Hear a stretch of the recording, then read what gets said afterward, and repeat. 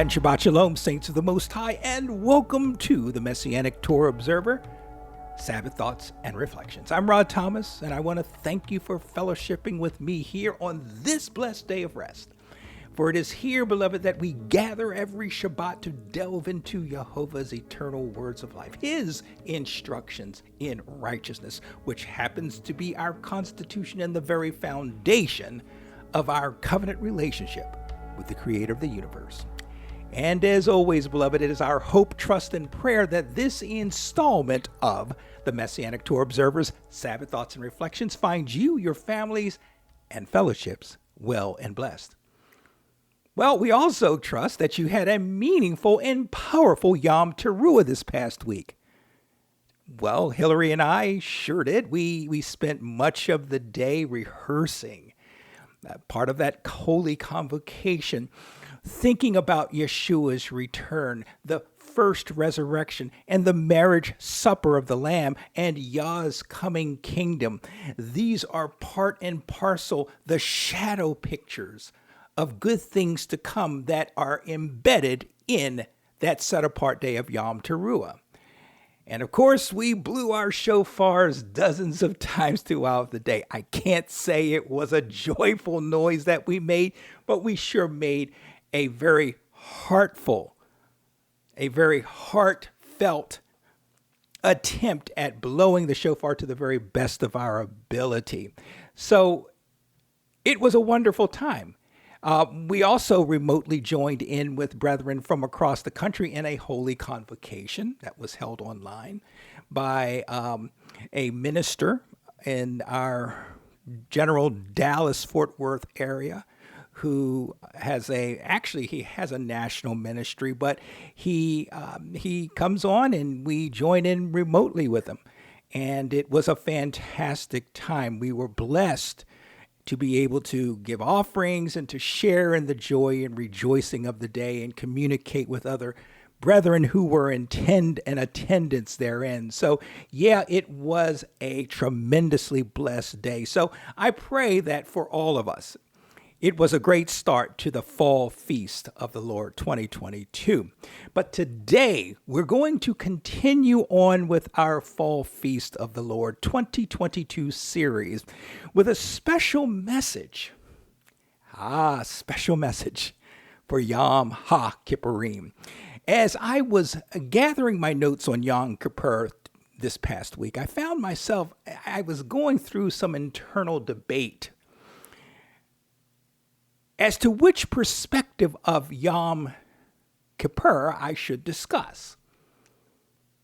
Those of you who have been in this faith of ours any length of time will appreciate the vast number of moving parts and prophetic shadow pictures that are attached, that are embedded into this set-apart day. And for me to try and discuss even just a few of those elements would result in us being here for quite a while today. And I know you folks have other things that you'd want to do in terms of keeping Shabbat and keeping it holy. And so, and even if I did just tackle two or so, I would just be scratching the surface of this most holy and powerful day of Yah's biblical calendar year. And so, as I meditated on this dilemma facing me, I felt Yah's Spirit, his Ruach, remind me of a Day of Atonement teaching I had given to a Hebrew Roots assembly in Baltimore back in 2019. And I've never taken the opportunity to share with you here on TMTO that discussion or that teaching. And I recalled from that message that it highlighted the essential heart of Yom Kippur, the Day of Atonement, and what it truly means in Yah's eyes for his people to afflict their souls on this day. So what I'm sharing with you in this installment of TMTO is that teaching. And I pray that it will abundantly bless you and expand your thoughts and understandings of this set-apart day of Yom HaKippurim. I will advise at the outset that the sound quality may not be up to the general audio standards of this platform, because I delivered and recorded this teaching in a room with some challenging acoustics, as you will very well hear. But after going back over the recording last evening, I found the quality was still acceptable, and I believe you will still get something out of the teaching, regardless of the sound quality.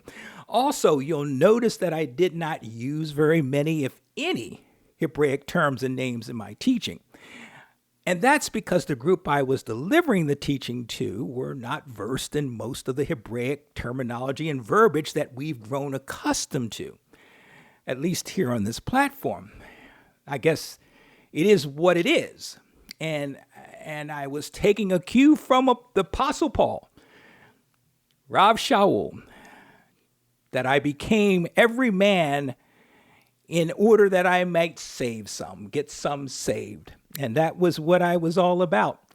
I tailored my message to the group I was addressing, and I believe it was well accepted. So without further delay, please receive this teaching that was originally entitled, Ye Shall Afflict Your Souls. But for this post today, I've entitled it, or I should say I've retitled it, if there is such a thing as that, Getting to the Heart of Yom Kippur. Getting to the Heart of Yom Kippur, the Day of Atonement 2022.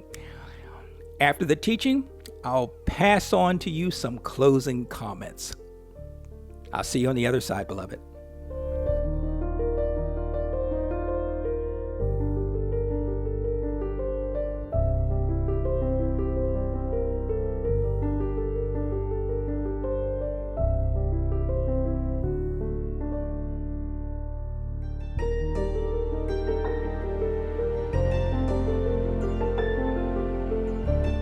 Today is the Day of Atonement. We all know that.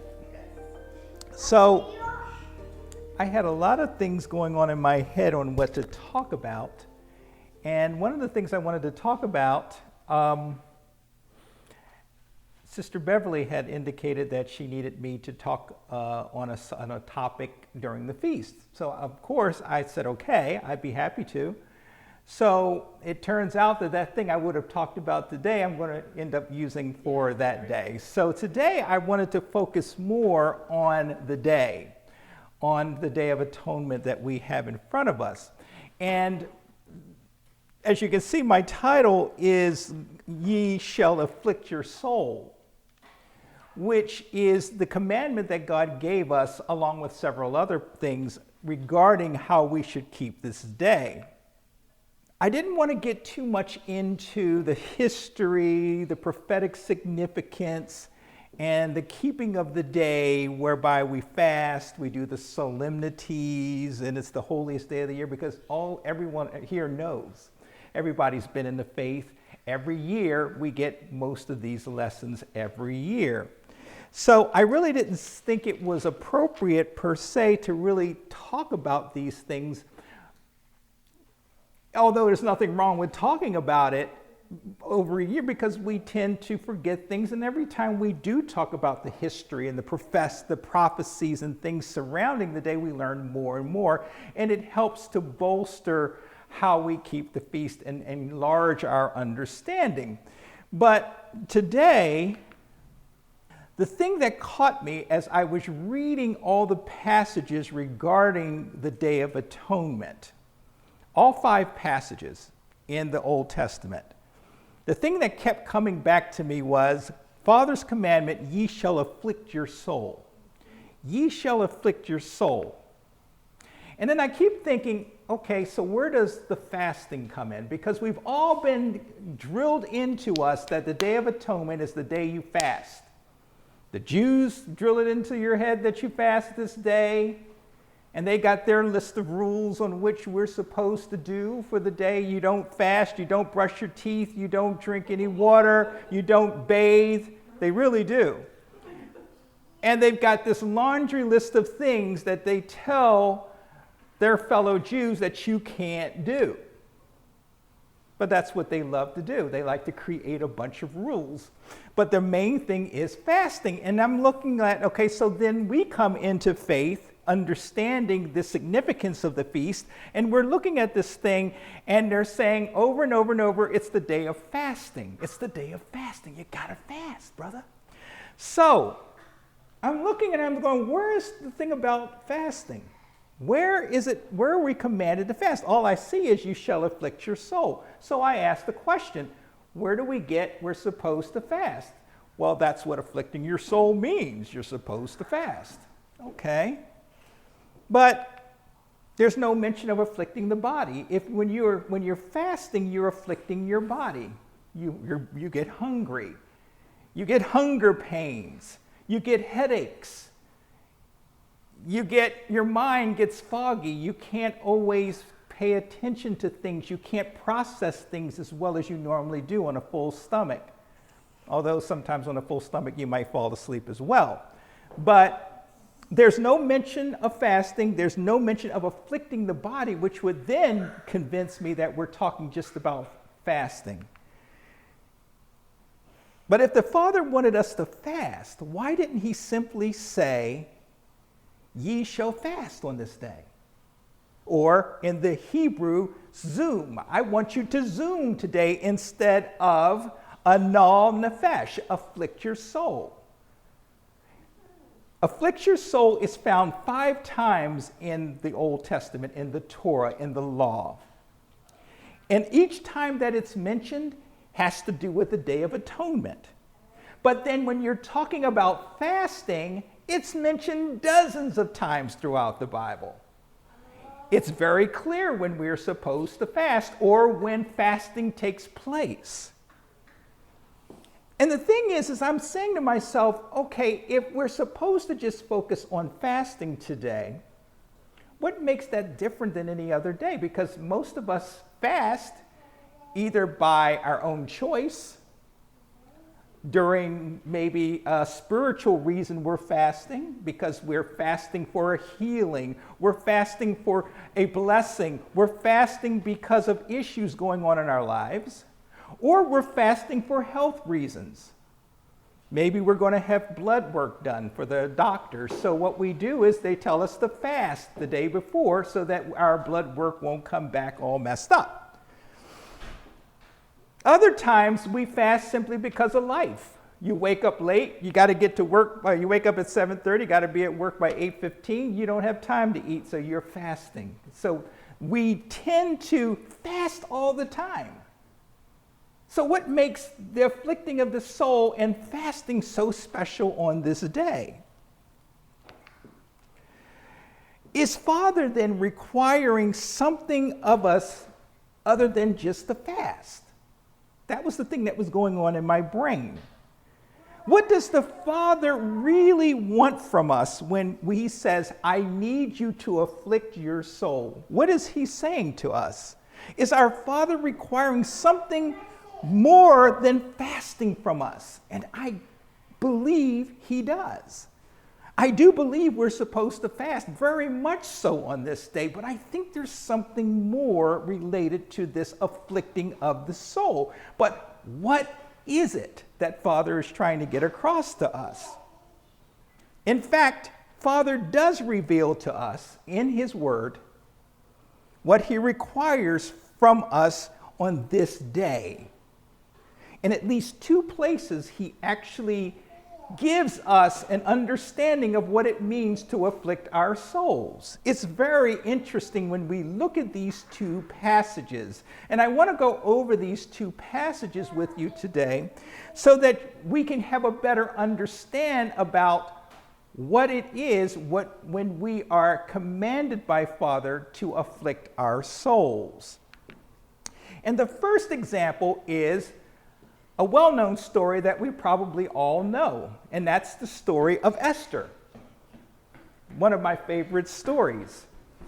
And we all know the story of Esther, but I'll go through it pretty quickly to give a little bit background, and then we're going to tease it apart just a little bit to see what it is or what it means to afflict one's soul. We know that Esther was a young Jewish girl who was selected by the king of Babylon, and his name was King Ahasuerus, and he selected her in a contest, a beauty contest, if you will, to select a new queen, because the old queen, Vashti, decided not to show up when the king asked her to come in and show herself before all the other officials and noblemen there. So Vashti then is vanquished by King Ahasuerus, and then the noblemen, the king's assistants, say, well, we'll hold a beauty contest and you can select the queen from the girls that we select, the ladies we select. So they hold the contest. Lo and behold, we have Esther, who is beautiful beyond description, and the king selects her to be the new queen. Esther has an uncle whose name is Mordecai, and Mordecai is a very powerful Jewish man in the community.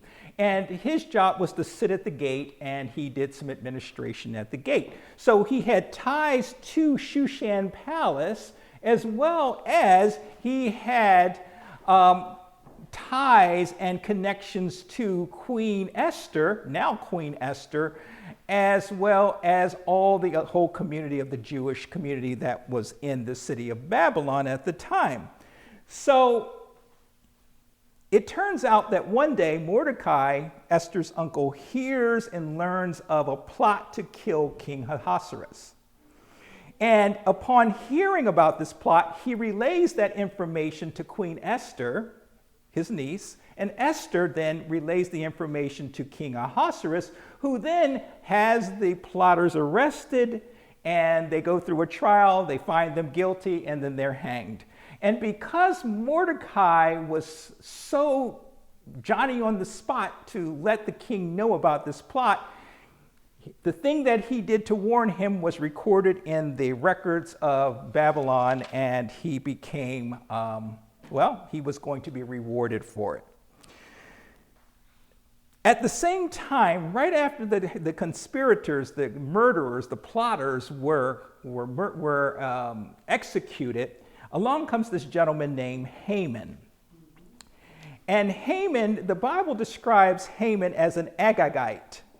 An Agagite. Who was an Agagite? The Agagites were believed to be the Amalekites, descendants of the Amalekites. And what do we know about the Amalekites? Well, the Amalekites attacked Israel just as they were leaving out of Egypt. And it upset Father so much that he says, from this point forward, any Amalekite you come up across in your journeys, you need to kill him. Because it just wasn't right what they did. They ambushed the Israelites. So from that time forward, with the Israelites leaving out of Egypt to the time they arrive at Mount Sinai, all the way up to this point now where Esther is the queen, there has been animosity between the Agagites or the Amalekites and the Jews. So Haman is brought to power. Haman becomes essentially the second most powerful man in Babylon.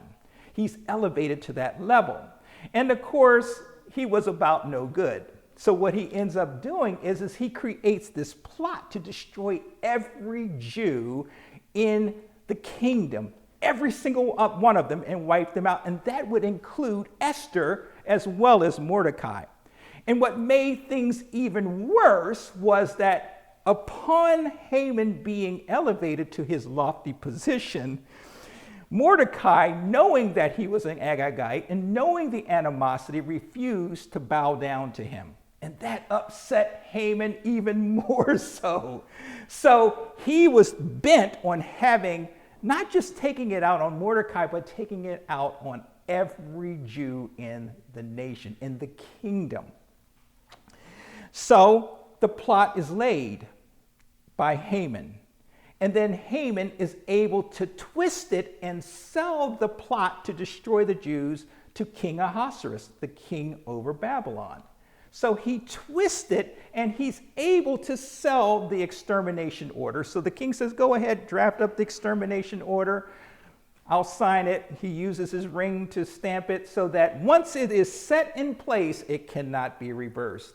So now we have an extermination order to wipe out every Jew in the Babylonian kingdom, every single last one of them. And it cannot be reversed. So the word gets out that there's going to be an extermination of the Jews. And in the meantime, you've got over here, Haman then decides to cast lots. He cast lots to determine the date upon which every Jew would be exterminated. Now, the interesting side thing to this is there is a connection to the Day of Atonement. Atonement, as it is in Hebrew, the word is kippur, or Yom Kippurim. Pur or Purim is Hebrew, is lots. So it's the day of lots. It's interesting how we now call it the Day of Atonement, but there is the root word that is drawn out called the Day of Lots.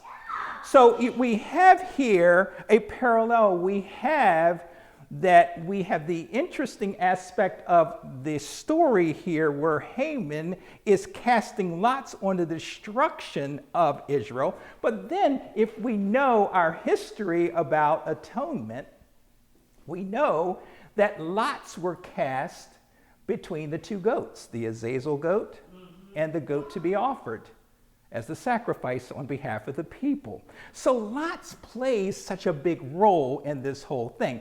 That's just an interesting side. I'm not making more of it than what I've just said.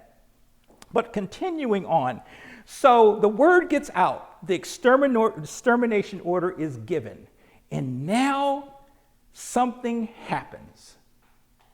The people, upon hearing about their doom, their pending doom, what's coming down the road, they begin to afflict their souls.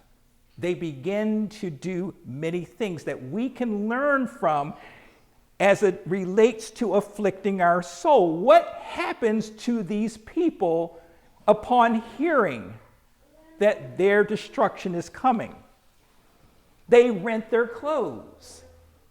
They tear their clothes as a sign of anguish and utter, just outright anguish about what's coming. They sit in sackcloth and ashes. Now, sackcloth is sort of like Dunlap, or this kind of a sack kind of material. And if you've ever had that put, burlap, something like that, it's very rough on your skin. And to add to that, where you just dump all this ash on you, it's probably the worst thing you could ever do. You talk about afflicting your soul, that's afflicting your soul. But this is a normal thing for the people in the ancient Near East to do, is to sit in sackcloth and ashes when they're lamenting something terrible that's about to happen. They cried out in anguish. They're crying out in anguish because they know their end is coming. Judgment is coming upon the people.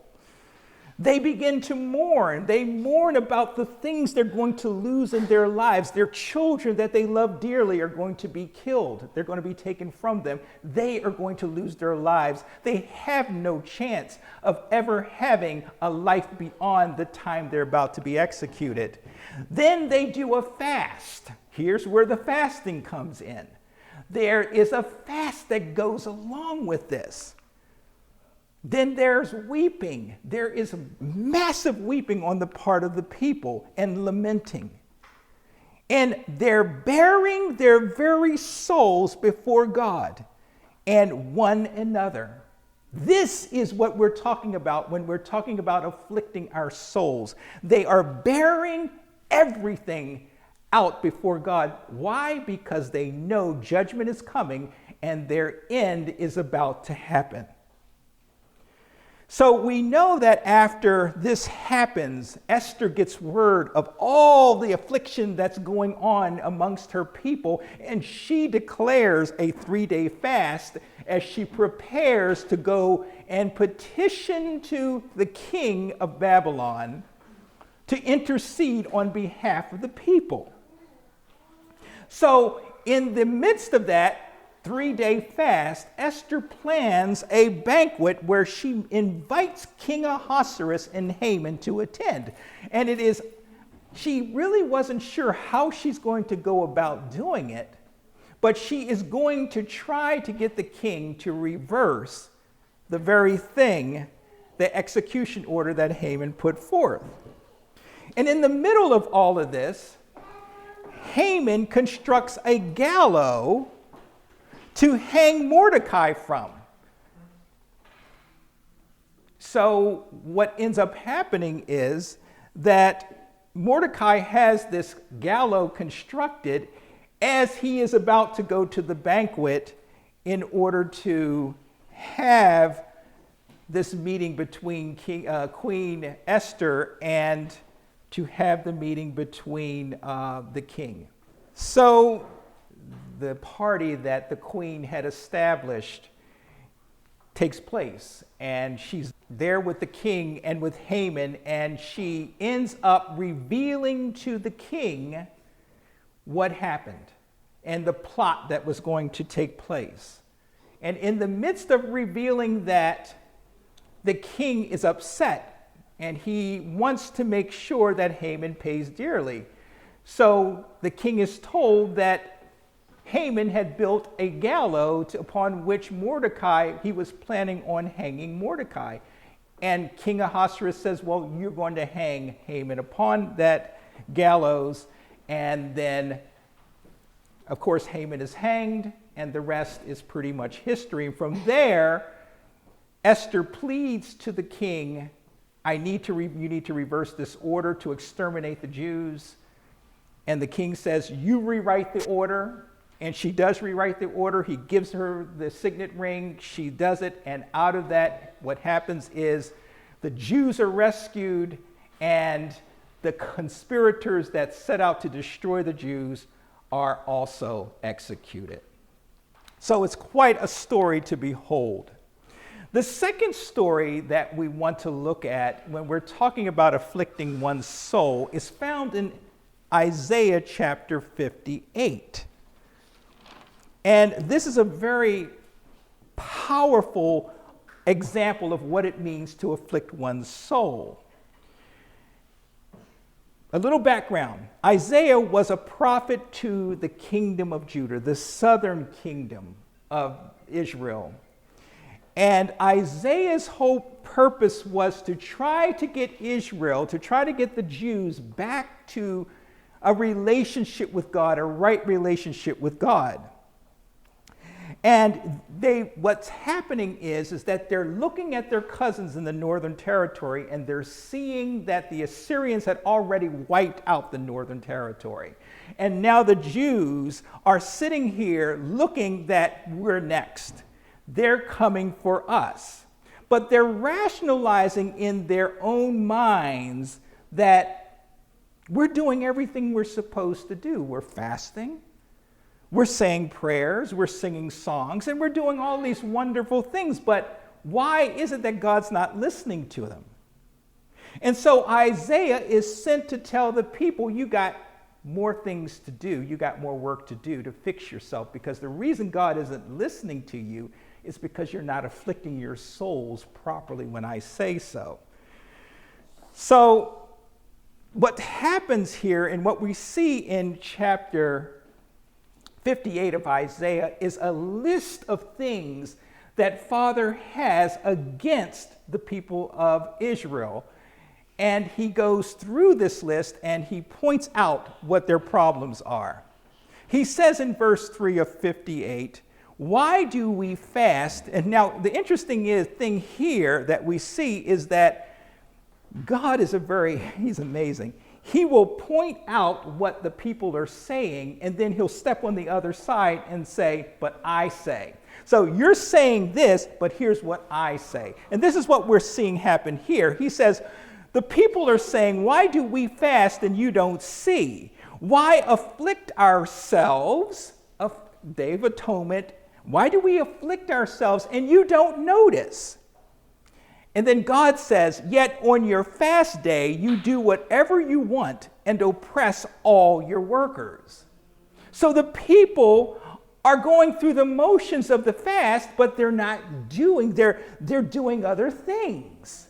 They're checking their cell phones. They're checking their emails. Oh, they didn't have cell phones and emails. I'm sorry. But this is the kind of thing that we tend to do. We get caught up in the things of life. So they're just caught up in the deal with their workers. And on top of that, they're mistreating their workers. Then we have in verse 4, he goes on, well, you also quarrel and brawl. In other words, you fight one another and you get into arguments with one another. And then you fast. You have the nerve to fast after you act a fool in the midst of the time you should be fasting. You hit each other violently with your fist. You shouldn't fast as you are doing today if you want to make your voice heard on high. And then in verse 5, he continues, is this the kind of fast I choose? A day of self-affliction, of bending one's head like a reed, and of lying down in a mourning clothing and ashes? Is this what you call a fast, a day acceptable to the Lord? So what we see here is that the people were going through the motions. And that's the thing that we must protect ourselves from, is going through the motions of the fasting and then going through the motions of the praying and things of that nature, and acting as if we are right in concert with the things that God wants from us. But it must go deeper. The affliction must be inward and it must be deep. The people, though, went through the motions, afflicting their souls, but Father desired so much more from them. And more than following the prescription and the manners and practices that are laid out from us, how many of us do just go through the motions, looking forward to 6:30 getting here so we can break our fast? It requires something in us to dig deep, and it is painful. It's not so much missing a few meals, it's the fact of subjecting ourselves to the leading of God's Spirit and being a willing person in which to do what God commands of us. So, out of this, Father continues what true affliction means to God. When he says, I want you to afflict your soul, Father actually delineates, he actually lists what he wants from us when we afflict our souls. He requires in verse 6 of 58 to not stand for wickedness. We cannot stand to allow wickedness and sin to be around us, to flourish around us. We cannot enter into fasting and affliction of our souls if we are permissive of wickedness going on around us. To stand in favor and protection of the oppressed. When people around us are being oppressed and harmed and hurt, and we have the ability to come in and help, we cannot turn a blind eye to them. We have to respond. To seek deliverance from every yoke, every bondage, the things in our heads that keep us from following Father. The very things that are stumbling blocks to us.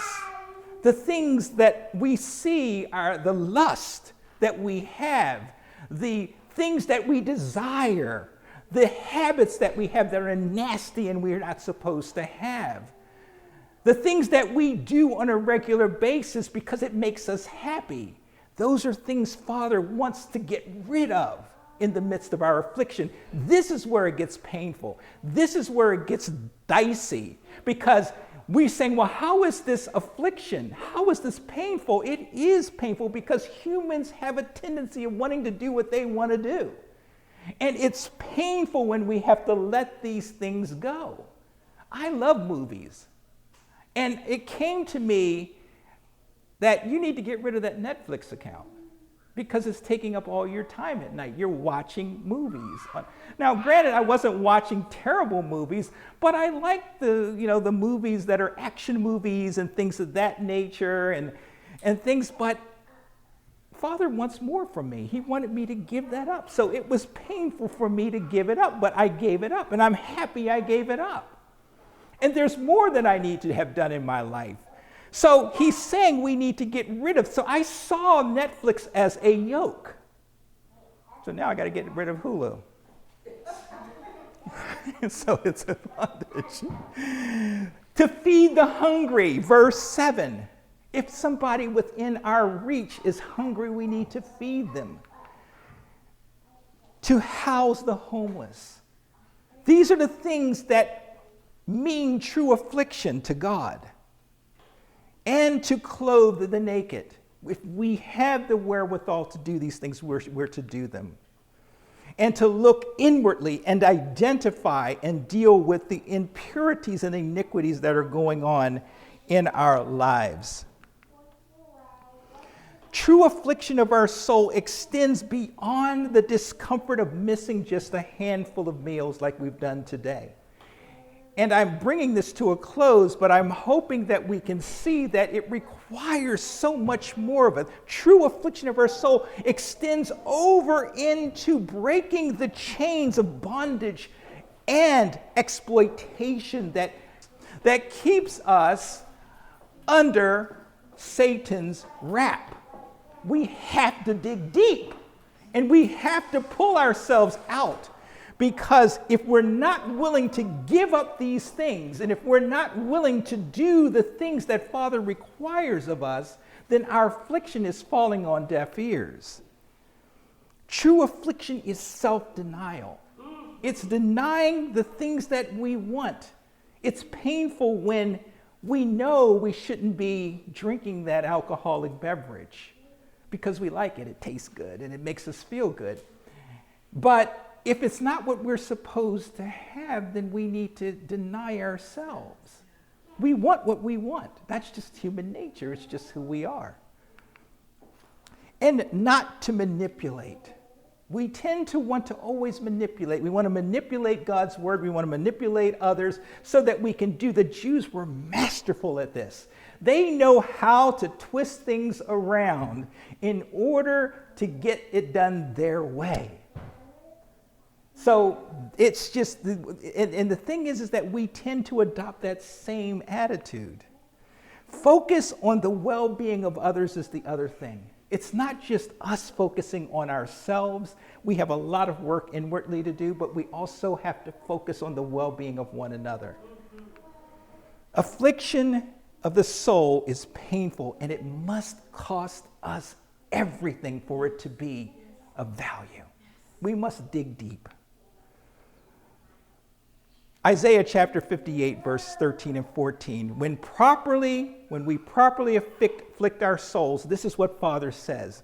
If you keep from desecrating the Sabbath, from doing whatever you want on my holy day, if you call the Sabbath a delight, and the holy day of the Lord honorable, the Day of Atonement, if you honor it, not going your own way, seeking your own pleasure or talking too much, then you will delight yourself in the Lord, and I will make you ride over the heights of the land and let you enjoy the heritage of your father Jacob. For the mouth of the Lord has spoken. It's all about a contrite heart. It's about a brokenness. It's about having our heart humbled before God, that we're willing to say, it's not about me, it's about you. Whatever you want, Father, I'll do it. It's tough. I know it's tough. I'm speaking from experience. I'm still a huge work in progress, and we all are. It's the point, though, where we have to, at this feast, at this Day of Atonement, 2019, we make a determination. We're going to do it. What Frank Sinatra says, I'm going to do it my way. And let's turn that around and say, we're going to do it your way, Father. This time, we're going to do it your way. My hands have made both heaven and earth. They and everything in them are mine. I, the Lord, have spoken. I will bless those who have humble and contrite hearts, who tremble at my word. So, my closing statement then is simply this. Father pays attention to us when our hearts are in the right place. And if he sees us just give a little bit, he will give us a lot to overcome. So let us examine ourselves this day, and in so doing, let us properly and effectively afflict our souls before the Creator. Well, beloved, I pray that you got something out of this discussion here today, out of that teaching back in 2019. Oh, how the years have gone by. I realize it's a little dated in terms of when it was delivered, but rest assured, the content is evergreen. It is still applicable, just as Yah's Torah is still applicable and viable and powerful to us in our faith community today. Please bear in mind that for those of us who keep the observational calendar, Yom Kippur-The, the Day of Atonement, will begin at sundown on Tuesday, 10/6 of 2022. Again, sundown on Thursday, the 5th day of the week, 10/6 of 2022. And if you by chance keep the calculated calendar, Yom Kippur, the Day of Atonement for you, will begin at sundown on Tuesday, the 3rd day of the week, on 10/4 of 2022. In previous years, I've done a few posts on Yom Kippur that you may find useful and informative, and I'll go ahead and put the links of those posts in this post transcript for your convenience, as I did last installment on Yom Teruah. So I pray that with this teaching and the previous, I believe there's 3 that I will have the links posted in the show's transcript, will bless you. And if you are searching for information on the day of the set-apart day of Yom Kippur, because it is a meaty feast day, that you will get something out of those previous postings as well. And with that, it is our hope, trust, and prayer, beloved, that you have a meaningful fast on the set-apart day of Yom Kippurim 2022. And Abba willing, we'll conclude this Fall Feast of the Lord 2022 series with our next discussion on the Feast of Tabernacles, or Sukkot 2022. And until that time, be abundantly blessed. Shabbat Shalom. Shavua Tov. Take care.